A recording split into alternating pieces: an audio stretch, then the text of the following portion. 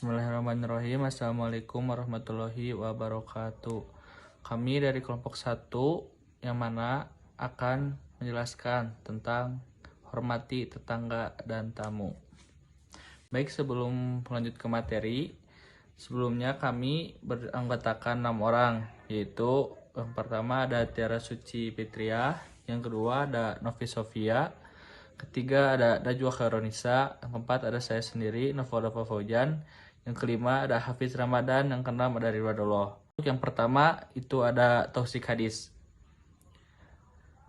Haddasana Abdullah ibnu Yusuf, haddasana Laisu qala, haddasani Sa'idun Makburiyun an Abi Suraihi Adawiya qala sami'at adna wa absarat ainan hina takallama Nabi sallallahu alaihi wasallam faqala man kana yu'minu billahi wal yawmil akhiri falyukrim jarahu wa man kana yu'minu billahi wal yawmil akhiri falyukrim doifahu ijatahu qala wa ma ijatuhu ya Rasulullahi qala yaumun walailahu wa doyafahu salasatun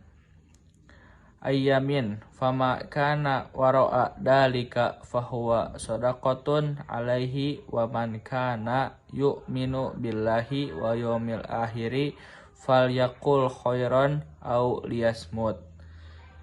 Yang artinya Abdullah bin Yusuf menyampaikan hadis ini pada kami. Al-Laits menyampaikan hadis pada kami, mengatakan Sa'id Al-Makburi menyampaikan hadis padaku dari Abi Suraih Al-Adawi yang menerangkan telingaku langsung mendengar, mataku melihat ketika Rasulullah Shallallahu Alaihi Wasallam bercakap-cakap, barang siapa yang beriman kepada Allah dan hari akhir, hendaklah memuliakan tetangganya.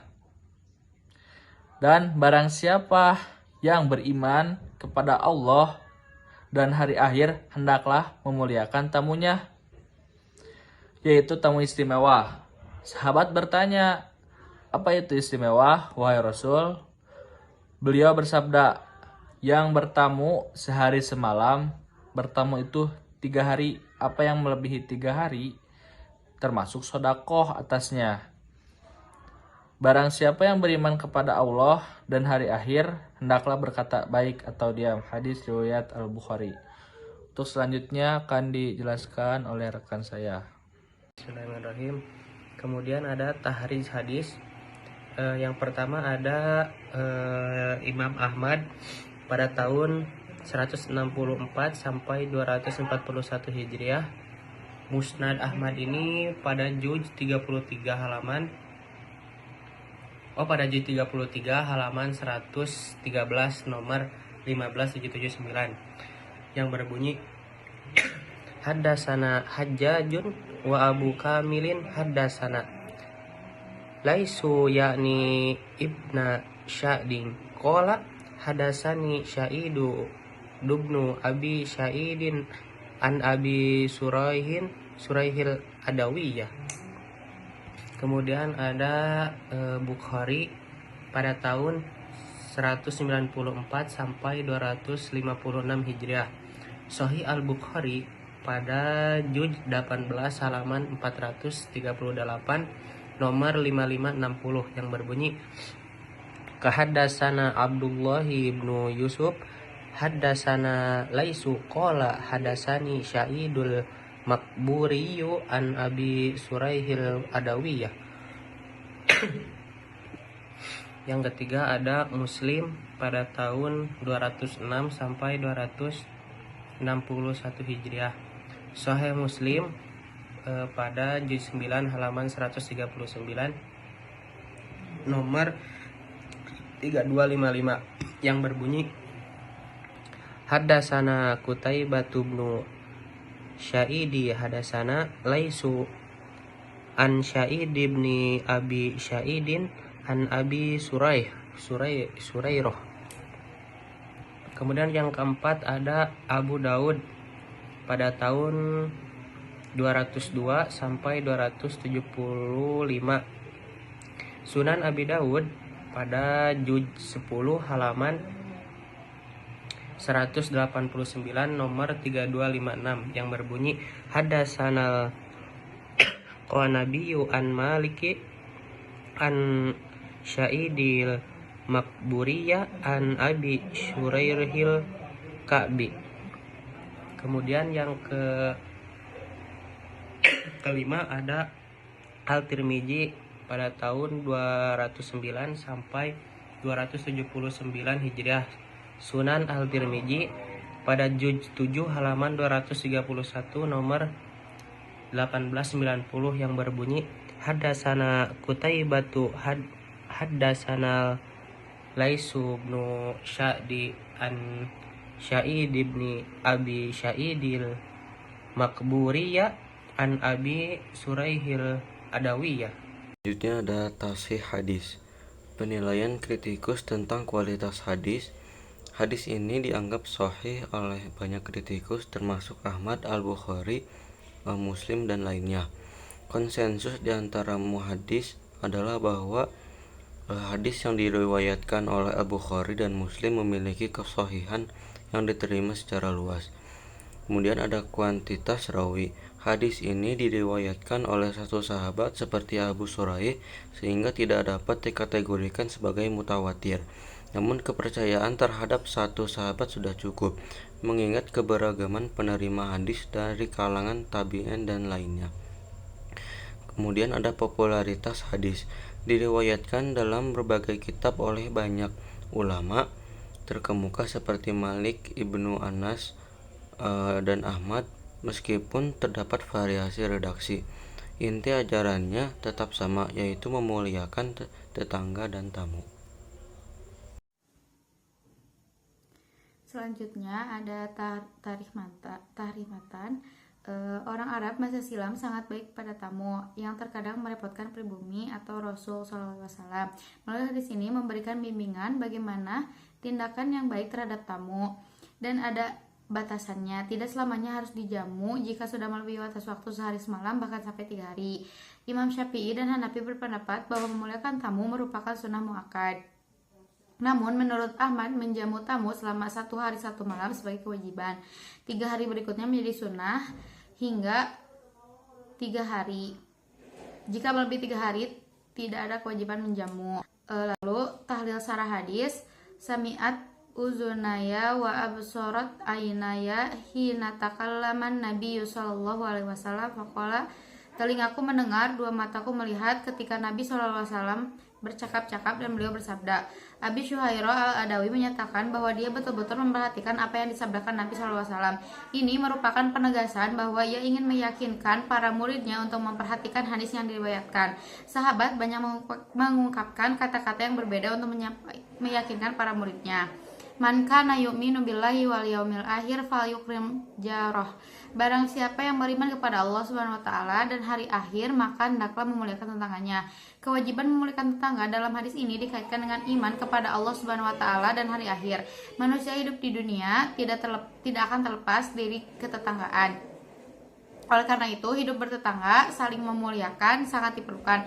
Adapun hak dan kewajiban bertetangga yang mesti dipelihara antara lain tersurat dalam hadis berikut.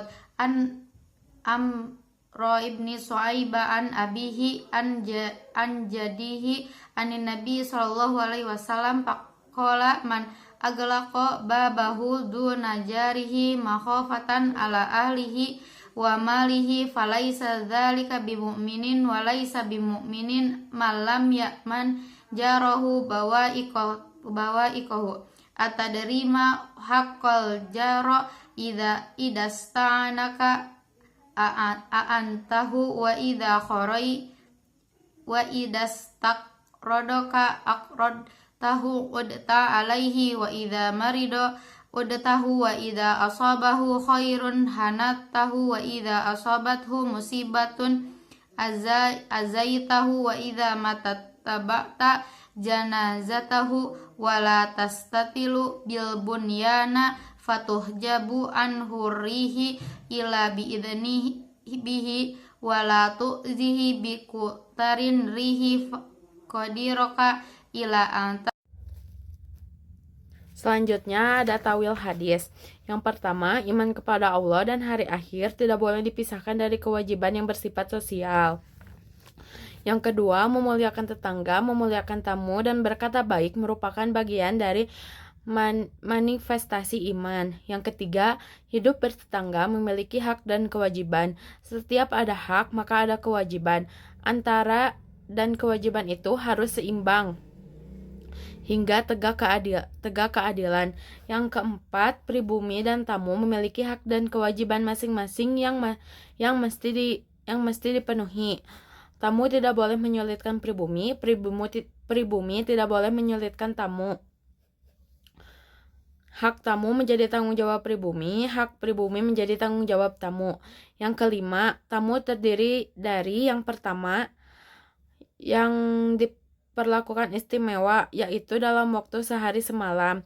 Yang kedua, dijamu sesuai fasilitas yang ada sesuai keadaan pribumi, yaitu pada hari kedua dan ketiga. Yang ketiga, boleh dijamu, boleh tidak dijamu oleh pribumi tergantung pada kesiapan dan kesediaannya, yaitu bila telah melewati 3 hari.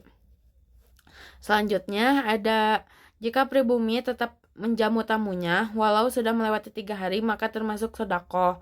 Selanjutnya ada bila sudah melewati 3 hari, tamu hendaknya bermusyawarah dengan pribumi apakah masih bersedia ditempati atau tidak. Jika pribumi masih bersedia ditempati, maka tamu perlu kerjasama dan pembiayaan kesehariannya. Yang terakhir, menjaga lisan merupakan sebagian dari perwujudan iman. Oleh karena itu, semua pihak mesti berkata baik. Baik, untuk selanjutnya itu ada tatbik hadis. Nah, sesuai penjelasan yang sudah dijelaskan oleh teman-teman, kita simpulkan dari tatbik hadis itu yang dimana pertama, iman itu mesti baik pada tetangga. Kenapa sih harus tetangga? Karena baik terhadap tetangga itu salah satu cerminan diri kita bahwa kita telah menjalani yang namanya hablum minanas atau mencari pahala dari setiap manusia. Karena kita butuh manusia lain atau tetangga untuk bisa berinteraksi sehingga mencapai pahala yang didapat. Untuk selanjutnya itu ada tanggung jawab pribumi terhadap tamu.